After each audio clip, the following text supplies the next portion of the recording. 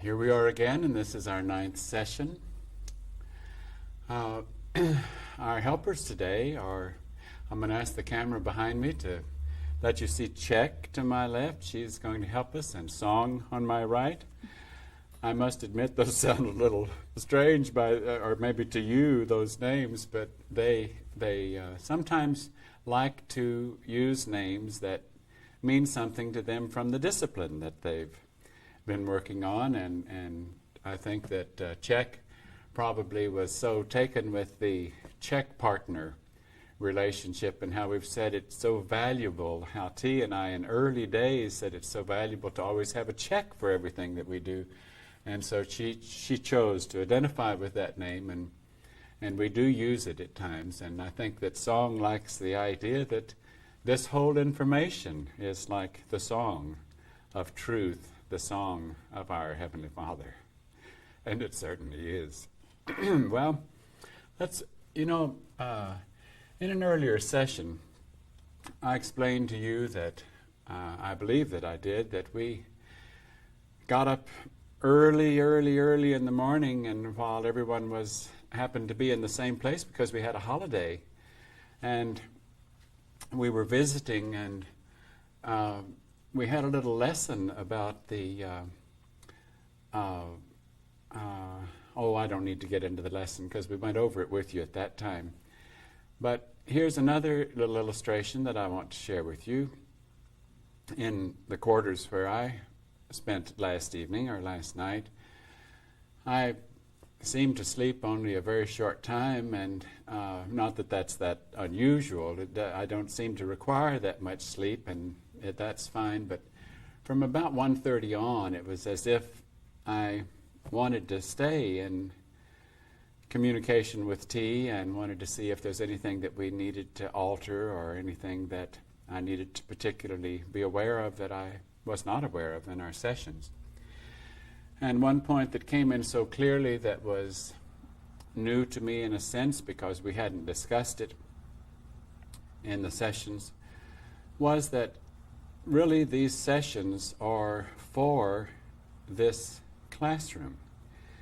In other words, it's for the students. These sessions, I feel that I have instruction, that T is helping me, hopefully speaking through me, and so on up the pipeline. But that it's almost as if I have instructions to make these tapes for these sessions for the purposes that the students will have use of if this task continues. And so it puts the focus in a little different point because it's up to them. They don't have clear-cut instructions on what to do with these tapes or these sessions. And we don't make them up. We do a step at a time. I think I've mentioned to you before that very often instructions just come a step at a time, and then we wait for the next one. But we do whatever we have received. And we did receive instructions to try this method of operation here to see if it would work for the teacher to make tapes with the students, trying to help with the picture and asking some questions. And it seemed that my older member was coming in to those sessions and helping us with information, and it was working. We seemed to be being used as instruments for their information, and as soon as it seemed to flow as well as it did, even though we know that could change at any time, then we've just been going on with it. It's been hard to stop. We've almost wanted to not miss a day without doing a session or two, as long as we felt like we were still getting information to go further. But I want to make the point a little bit more clearly that these sessions and these tapes are, in a sense, teaching tools for the students to get that idea a little more clearly in our heads. In other words, my relationship, we'll speak of this in a sense, it's symbolic, in a sense, it isn't. But my relationship with you, if this task proceeds, might end up being more as grandfather to grandson And they might more serve in the capacity since they are older than you. I don't know if that has clarified in your mind, but if it might have if other things that we have said have added up at this time.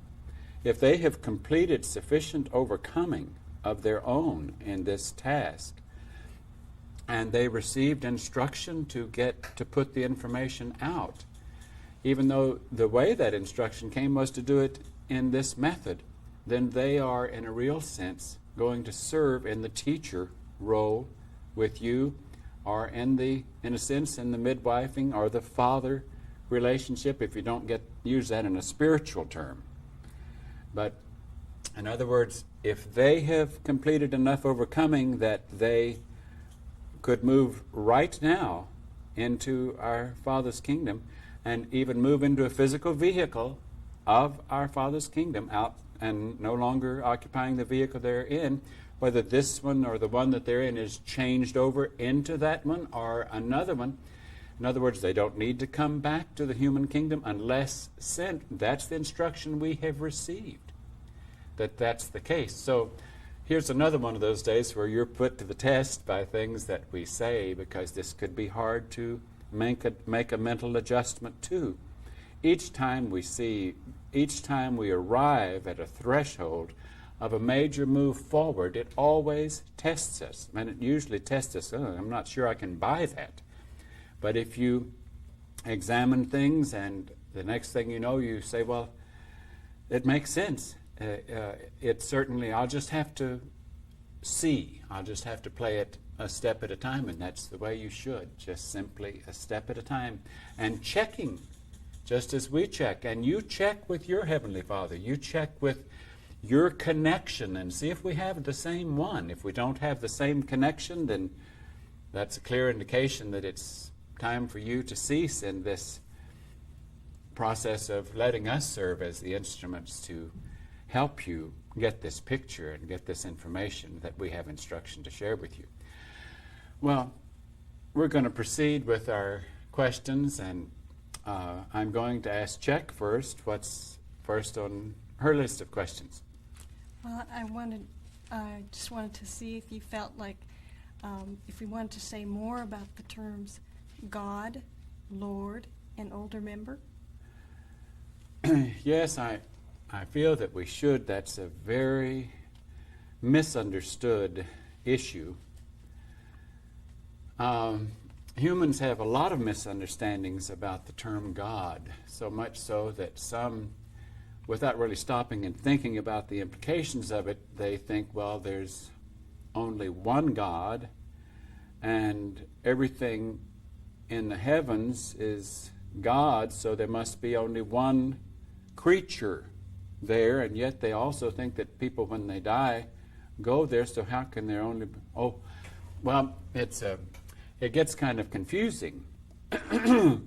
And the term God, that the English term God, unfortunately, in the translation from the manuscripts of the Bible, there were different terms used, and the English translators kind of lumped them all into one and used God, no matter which Hebrew name was used, that really meant a member of the kingdom of heaven that was assigned a particular relating task to the humans. And so if we look at manuscripts and see the different names that were applied, some think, well, that's talking about the different characteristics of this one person.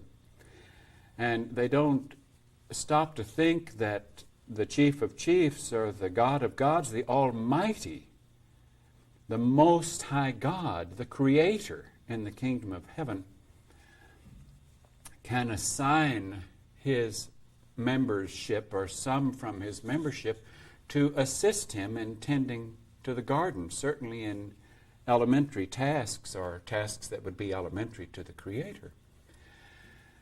And that doesn't mean that they have not even learned how to create in a garden circumstance.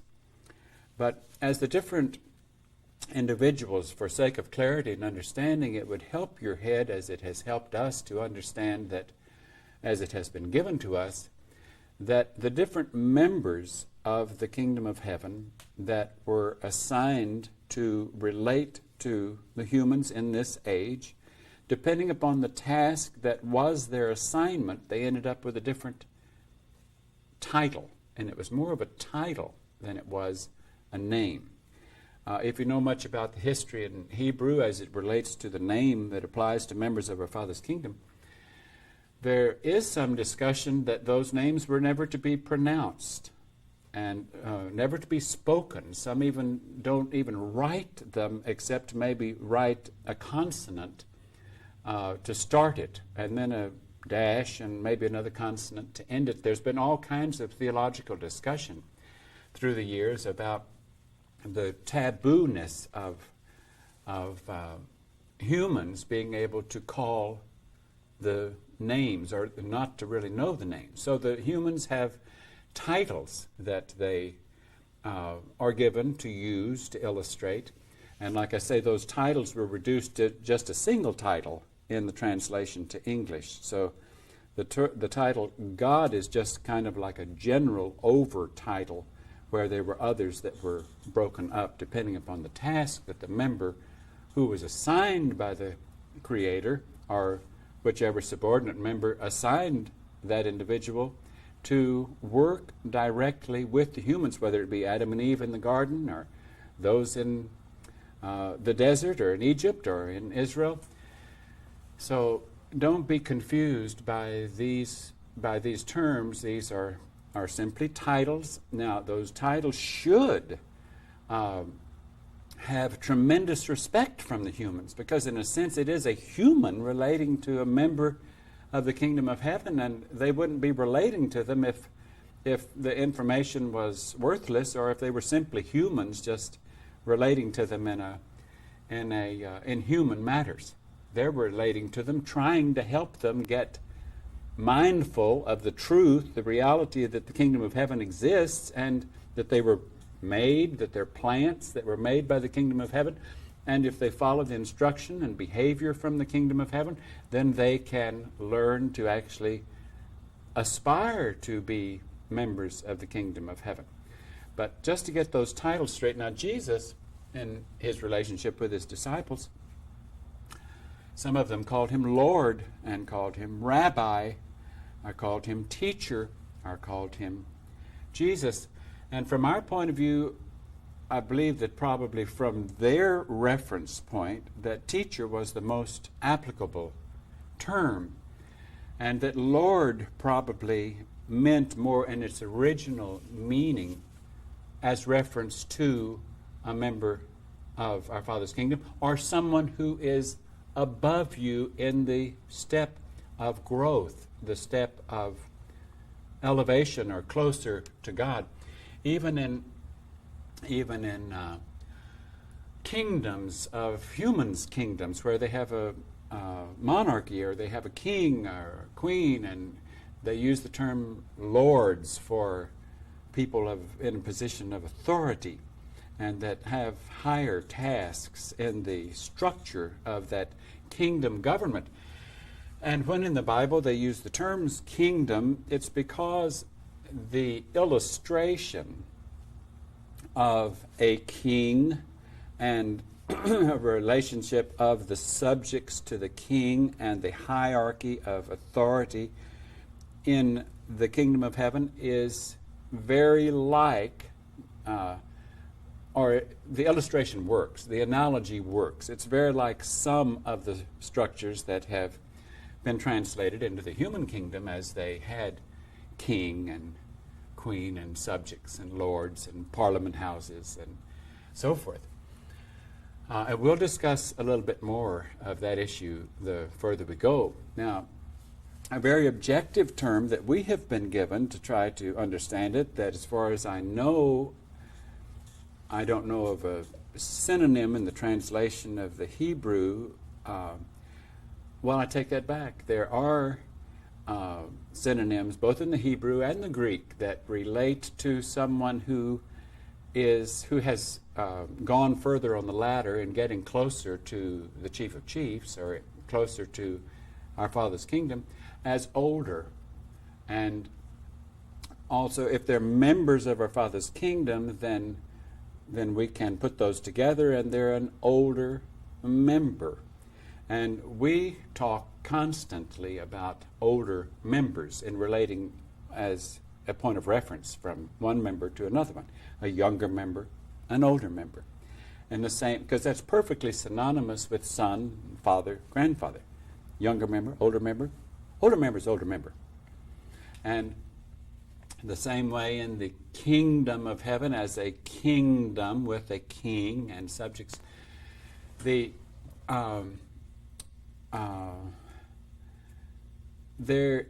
there is the subjects have a structure that could also be referred to in an analogy of families. Like in a partnership, there can be,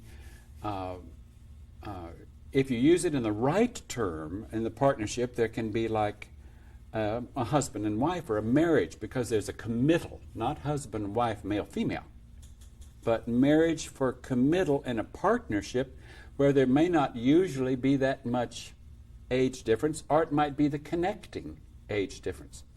So these are kind of used interchangeably, where even these students, for example, see me as an older member. I see them as younger members, and also a sense in the sense that they are committed to the kingdom of heaven and have to also accept the representative in that committal. They have only one representative. They don't have much choice. At least for the moment, we haven't found much choice to give them. So in a sense, they have that same committal they make to the kingdom of heaven, to the representative that was given, and that not only they are younger members to older members, but that committal almost becomes like a marriage, if you can take it out of the male-female relationship. So it's very interesting to think of those terms, because historically in the manuscripts, as it relates to our Father's kingdom, to the humans, certainly in this age that we know about, we don't know much about the other ages, these synonyms work, even though through the ages they become kind of Old English or kind of religiousized, or we make them something less than objective, less than true, by making them very spiritual terms. And that's the reason that our instruction has been that teacher is certainly a good and appropriate term. Older member is certainly a good objective term. We can use that better. We get uncomfortable when they use the term father. Certainly if in speaking to me, even though I'm serving in that capacity, but they don't use that term in relating to me, because it gives me the jitters, because it kind of brings in the religiosity of that possible terminology, even though ever since we've begun these sessions, we're talking to you about our Heavenly Father. And even though I realize that T is my older member, in a sense synonymous with a father to me, since it's older member, and in a realistic sense, these are my children, because I have been, remember how you get birth into the kingdom of heaven? Babies come from adults from the, so if these are babies that have come from the human kingdom, entering the kingdom of heaven, and I am assigned a role of midwifing, then these are my children, I am their father. But I still get uncomfortable with it, and we don't use the term relating to me as Father, certainly not Lord, certainly not God, certainly not Heavenly Father. We reserve that kind of terminology for those who are outside of human vehicles and in vehicles that would be the natural vehicle for our Father's kingdom. Okay, let's go to the was there more to that question, Jack? Well, I might be wrong, but it seemed like you covered it. Okay. Song, what's next on our list? Well, talking about terms, there's lots of interpretations to the word sin. And I'm wondering if you could help us by giving us the real meaning of sin, and if there's any validity to karma. Okay, you put me on the spot when you said, will you give it the real meaning of the word sin? I'll do the best that I can and hope that it's T that is feeding me because I certainly trust the position that T happens to be in right now in her relationship with our older member. Sin. Karma certainly is in this picture. Karma meaning a term that a lot of Eastern religions use, and we'll discuss that in a moment. But let's talk about sin. Sin is anything, any behavior, any act meaning a thought, any conduct, anything that I do that puts space between me and God, or between me and the kingdom of heaven, between me and the representative, between me and goodness. Anytime that the part of the mind that's in my soul gets its way, and it's not of that majority side that is mind that has been given to me from our Father's kingdom, then it is sin. It is information that came from the wrong side of the tracks, that is not true. It is misinformation. It is designed to convert me to the ways of the world, or to get me in opposition to my Father's kingdom, and to prevent me from overcoming the world and getting to my Father's kingdom. That is sin. Now, we can't talk about sin without talking about death, because I'm sure all of you know the little scriptures of the wages of sin are death. Now, we've talked about how death doesn't mean losing a vehicle. Death means losing the soul. So if my soul shrinks and deteriorates and goes further and further and further away from the kingdom of heaven by each act of sin, or each act of the world, each act of misinformation that I do, then I'm getting closer and closer to death, because death is when that mind of God that was in my soul has shrunk so that our Father's kingdom would judge it non-redeemable.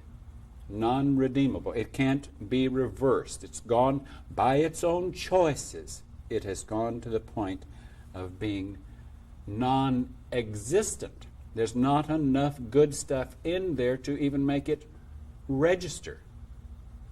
Now, let's be sure that we understand that certainly in the position and the task that we're involved in, we don't do any judging. And who would be in a position like that? But it's very important that you as a possible student understand how behavior adds up. Now, before we go any further with that, let's skip to this Eastern idea of karma, and the idea that I have to pay for, and it's not just the Eastern idea of karma. The truth as it relates to us in the manuscripts is that we pay for our sin.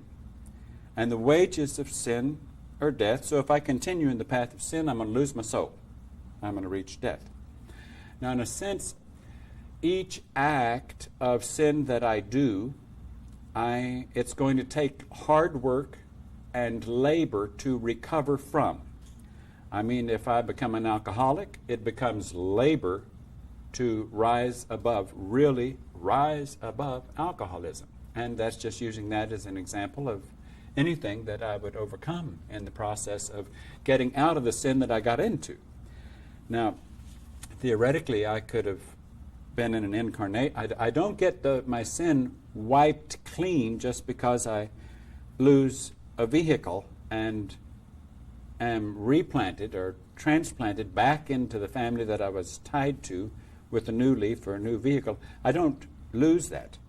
I'm still, what's the little saying that says that whatever you're bound to on earth, you're bound to in heaven? Now, that was using the term heaven to kind of throw several things into one grouping, one terminology, just like God is a general term that means a number of different things. Heaven means also a bunch of different things to different people.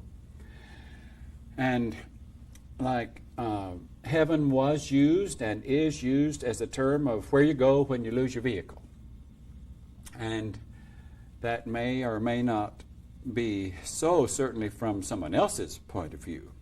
But many people use that term, applying that's where of course, that a lot of people who use that term, heaven is where you go when you lose your vehicle, they also use another term and say if you don't go there, then you go to hell.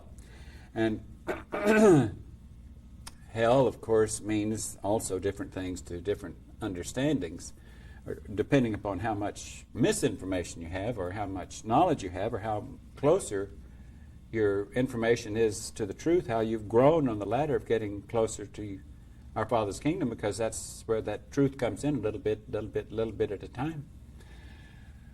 Okay, heaven and hell, and what happens in between. Song, give me that again, because my picture I got off the track, and I want to get right back on the particular of where we were. Was that yours, or was that? Yes. Okay. I asked, what about sin, and does it karma have Okay, any validity? let's get back to the karma idea. Thank you. Because the idea of karma is that I pay for any misdeed I have. In other words, some of the Eastern religions who believe in the idea of karma believe that if I kill somebody, then I'm going to be killed. That same thing is going to come back to me. If I murder somebody, I'm going to be murdered. If I treat somebody ill, I'm going to be treated in the same way. And that's a very close translation. Don't forget, a counterfeit is always very close to the truth. Karma is a counterfeit. Some of what it says is true. Other aspects that it says is not true. In our Father's kingdom, where it becomes untrue is that in our Father's kingdom, our Father can send a representative to accelerate your possibilities of getting closer to the kingdom of heaven. And that representative, or that individual from that kingdom, when they involve themselves in your task of overcoming and they assist you in that, they can, from an Eastern point of view, or the karma point of view, they can take your karma. Now, from our Father's house interpretation of that same idea, it's I can take your sin. I can relieve you of your sin. When Jesus said to his disciples that if you truly ask forgiveness, then I'll take it out. I'll take your case to my Father. I'll represent you to my Father. I'll see what my Father says. And if my Father says it's okay, you were truly sorry that you did it, and you want a fresh start, and you want to start over again, then who am I to say? Because I'll certainly give you that chance to start over again. And in a sense, then you would not pay for the sin that you did if you have someone who can take that from you. Now, it has to be a representative of our Father's kingdom, as Jesus was, who can take that from you and take it on themselves. In other words, it was a debt that you had. You did a bunch of wrongs, and they add up. The total keeps, every time you do behavior against our Father's kingdom, it starts totaling up on a column.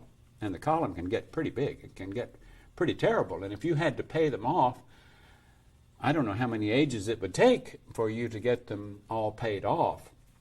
But this is also where time shortened comes in, and where, as our Father's kingdom relates to some who are overcoming the world, that debt gets relieved, or it gets dismissed. But not altogether, according to the rules that existed in a number of stages of this particular earth age. Now, what I mean, it didn't get relieved altogether.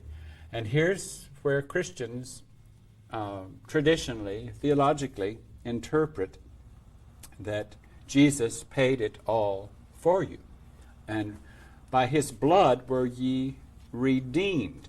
Now, in a lot of sense of the word, that's absolutely true, and we'll talk about that for a moment, because he said to his disciples, who were actually physically, personally relating to him, and as they did things that were against his instruction and their overcoming, and they recognized it, they acknowledged it, they asked forgiveness for it, and he said, I'll take it.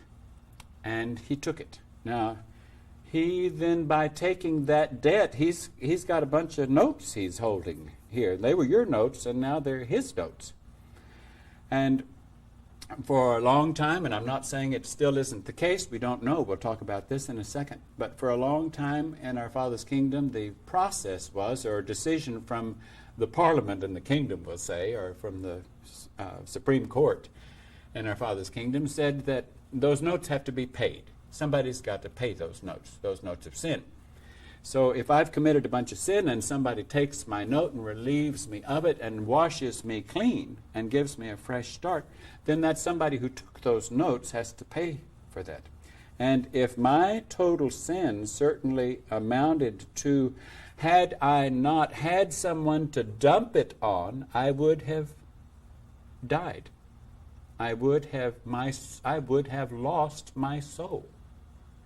And that was the case. Had those souls that Jesus was dealing with, had they not known him, now they got some help in being directed to him, but then it also required work of them to pursue him, to believe him, to fight off the influences and the doubt that the world gave them. It would have been a lot easier for them to say, "Boy, it's getting too hot around here. People are hunting for him, and they're going to be hunting for me soon. I think I'm going to go back and play it safe." And I mean, it would have been real easy for them to stop in their process, because they could have easily said, "Well, I just can't believe that he's who he really says he is. We don't have any evidence of this."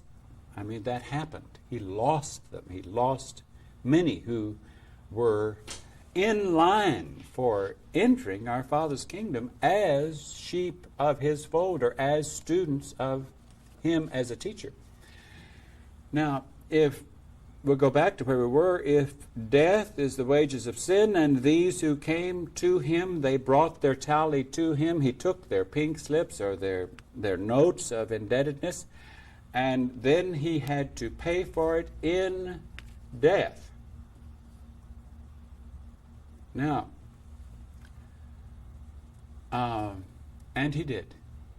You heard me in an earlier tape saying, and I hope that you paid close attention, because when I said that whether or not he died on the cross, literally diagnosed by a doctor, had there been an advanced doctor present, and rose from the dead, to base your belief on knowledge from our Father's kingdom on that one act, and say that if it wasn't so, then it's all a farce. And we said we said that's ridiculous. We also said that it didn't matter to us whether that act was staged symbolically or whether it was real. And it didn't. But here's another possibility, that the act could have been very real had the law still been on the books in the Supreme Court as it was handed down, that those debts had to be paid. And if their debts equaled death, then it could also mean that since Jesus took them on, the only way he could pay them is to go through having the sinners, those who are adding up their own tally of the same sins, be those who then initiate that death. In other words, they are then used to pay the debt for those that were students, those who gave their debt to him, and where he wiped them clean. And he was willing to do that. Now, our Father's kingdom is alive and well, and Parliament is still in session. It has not ended. It still makes decisions, and it still relates to the Chief of Chiefs. The kingdom exists. The king is still on his throne. The whole thing works. As to whether or not that same parallel would have to be drawn today if a representative took those sins and or those notes of owed debt of sin, whether they would tally death, we don't know. Or whether the law has come down in specific cases, because it's always a specific case. And it's not prejudged in that respect. Well, it is prejudged unless it has been changed. But any time that something tests it, then you go and check the books and you see if that's still what's on the books. And if it's what's on the books, then that's what happens. We don't know what's on the books today. We don't know, for example, if that kind of thing would have to happen to this vehicle.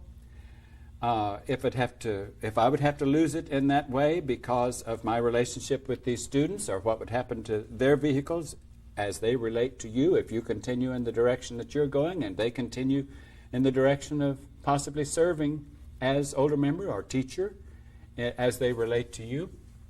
This requires that you travel fast, doesn't it? We don't know what's on the books. And we don't guess it. We are not, as we have said before, we are not in any martyr trip.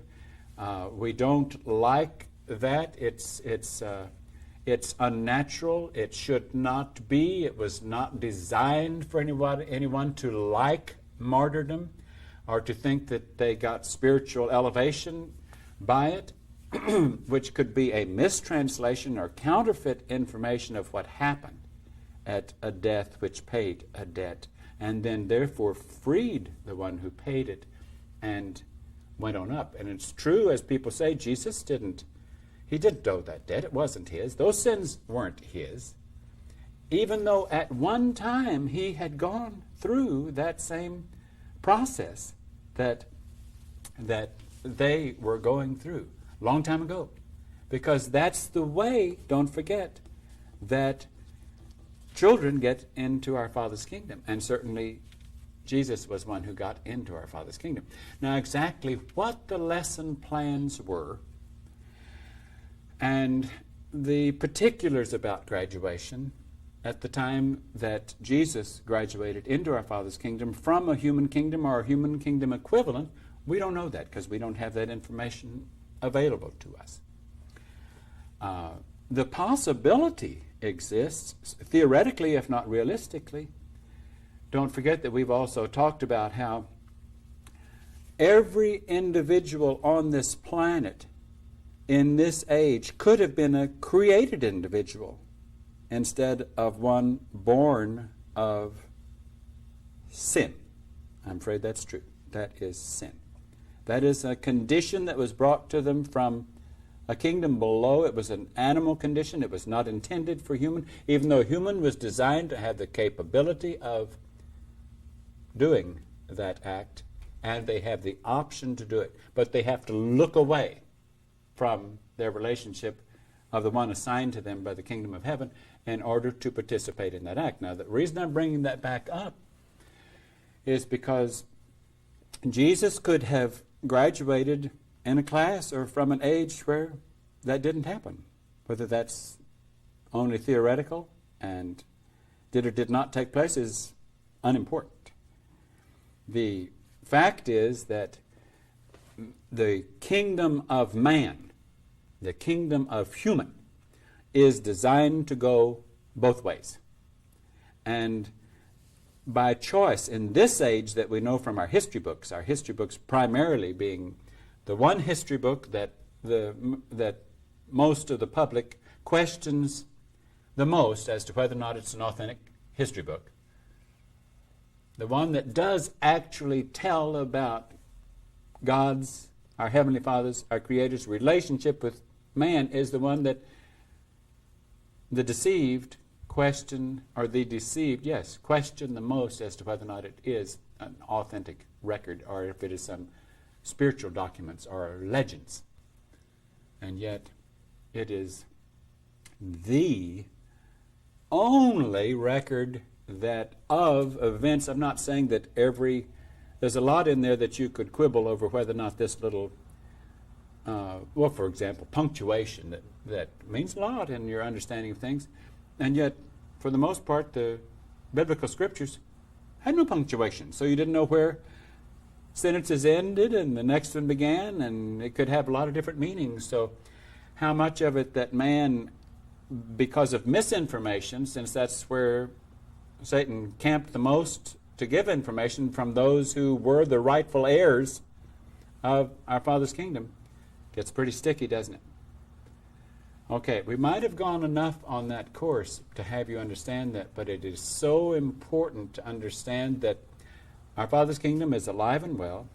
There is still a group, or there are still individuals that serve in the capacity of court, making decisions about what to do about this case. Sin still adds up and can add up to such a great total that there's not enough of our Father's mind left in there to account for anything. It's impossible for it to be salvaged. And therefore, even at that point, then it becomes a positive because it is recycled. No child of God is lost. And make no doubt about that. But our Father's kingdom has the right to do that, to recycle what has become so poor. I mean, that's what's going to happen. Now, I don't want to sound like the prophet, but here at the end of the age, this is what becomes such an important issue, is because things get very critical at the end of the age. And I know I'm going to throw my teleprompters here off by skipping to that for a moment, but you know, humans could say, well, this all sounds good and well, but I don't see any evidence. And I could go to the history books and I can't see that this is really... No, because there are no manuscripts of what happened specifically at the end of the last age. Therefore, great swarms of members of our Father's kingdom, plus from the counterfeit kingdom, could come in at the end of the age and take their part of the harvest of whatever was, in a sense, matched with them because of what the soul had become at that point. And Lucy's kingdom wants souls. He wants them more than our Father's kingdom. That's kind of hard to understand. Because Lucy's kingdom needs them. I mean, he needs them desperately as he works against our Father's kingdom.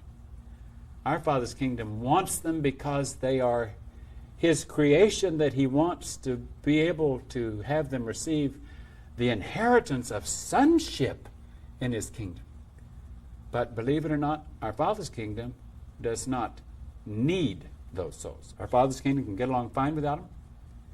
He's not out recruiting them because he needs them for an army to work against Satan. Nope. Different altogether. Our Father's kingdom does not need them. Our Father's kingdom is all sufficient. All for our sake. All involved in being a benefactor. All involved in trying to help those with potential receive their potential. Not concerned with building an army.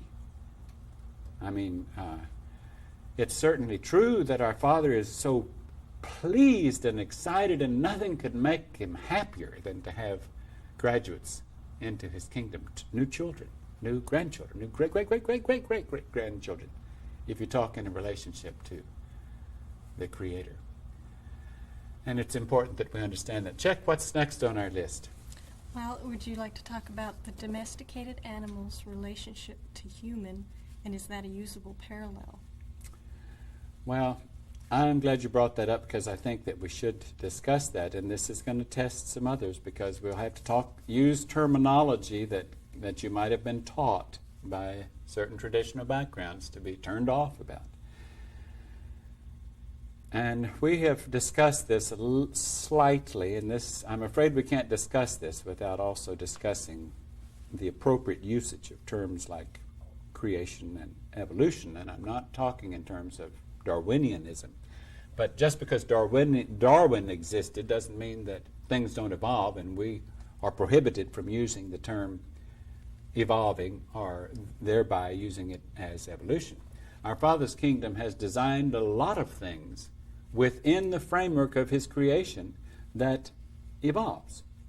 And yet where he does not want things to evolve, he takes out a link in the chain so that it can't evolve beyond that. I mean, there'll be a missing link so that there's no evolvement beyond that. Or he might permit certain things to evolve and others not to evolve, or vehicles not to evolve, but some souls to evolve. So so in that usage, again I say not in the typical Darwin usage.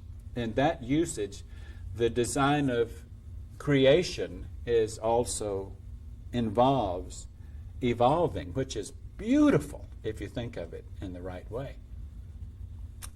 I mean, as you look at the various degrees of souls that you might be acquainted with on this planet, as their various stages of growth, you see things evolving away from the truth, away from our Heavenly Father. You see them evolving closer. You see that happening in whether it be religious groups or families or nations or anything. You see them evolving or getting more corruptible, more perishable, or less corruptible, less perishable, and that's what it is. Back to Czech's question. Let's talk about the illustration of a domesticated animal in its relationship to the human kingdom, and use it as a illustration or a parallel of a human that's trying to get into the heavens or into our Father's kingdom. When a domesticated animal doesn't like to act like an animal, doesn't even identify with being an animal, it only cares to please its master, which is the case in different nations with different animals. For the most part, in this nation, or in the U.S., it's the dog, or in some instances the cat. The thing that identifies, that we use as our analogy here, is when all that little animal wants is to please, and it just runs around wanting an indication of, am I pleasing, and just waiting for one moment of attention from that human. And it doesn't like to run with dogs. If it has truly evolved, it doesn't.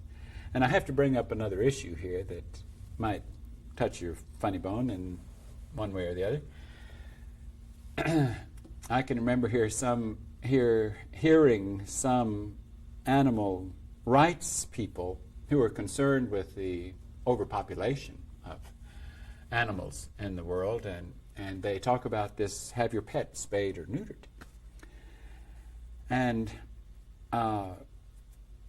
that's one of the kindest things that could happen to that dog or that pet, because then that gives added help to that little pet to be more preoccupied with service, more preoccupied with pleasing, more preoccupied with what can I do. Now, a lot of times that's where it kind of separates, where certain dogs who want to be petted, and that's about as far as their service gets. And there are others whose service can extend beyond to that, and they yield very quickly or easily for a training that can even find them as seeing-eye dogs or hearing dogs, or where they're trained to do a lot of tasks. And I think this happens certainly in some countries with development in the monkeys or the chimpanzees, and I don't know what all other type of domesticated animals that are trying to please the human kingdom. Well, unfortunately, the same ratio happens, that the more difficult the transition is to pleasing, or the more requirement it is, in other words, the stiffer the task is of trying to assist in real service to the human kingdom, the more it weeds out a lot of the dogs or whatever the domesticated animal might be that really shows a conscious desire for approval and to serve. It's the same way as a human is trying to overcome his humanness and not associate with humans, and wants only to be a member of our Father's kingdom, and would even crave to be spayed and neutered, and we're not certainly permitted to do that kind of thing because of the position of jeopardy that it would put us in. Remembering that in generations past, that even some of those Essene communities that we talked about, and they did do neutering of their sexuality in order to get closer to their Heavenly Father. And Jesus certainly knew of that when he gave the little illustration of some become eunuchs because, for the sake of the kingdom of heaven, some become eunuchs because others have made them eunuchs, some make themselves eunuchs in order to serve the kingdom of heaven. So if you read that carefully within its context, you see how that exists. There's a very strong parallel. Now, at this point, we have to switch into another gear as we talk about this domesticated relationship of the animal to the human, or the human to our Father's kingdom. And we have to talk more in terms of soul than a vehicle. Because if you just understand that the most likely scenario, or the most likely, I'm not saying this is true, and we don't teach it as truth. We have examined it because it was given to us to examine, and it seems likely, and we certainly wouldn't be disturbed if that's the way it happens. But that the soul of a domesticated animal that wanted only to please and was willing to go to X step, that at some point they received their reward and got to move in as beginners in the human kingdom. And we don't know what all the rules were as to who got to move into the human kingdom and who got to move, what souls got to move into the human kingdom. At that point, then, really this thing that we call soul and identify as a package for mind that comes from two sources, even the rightful application of the word soul comes into existence at the first time. Needless to say, the dog wasn't able to talk to his neighbor dog about his soul. That wasn't in his vocabulary.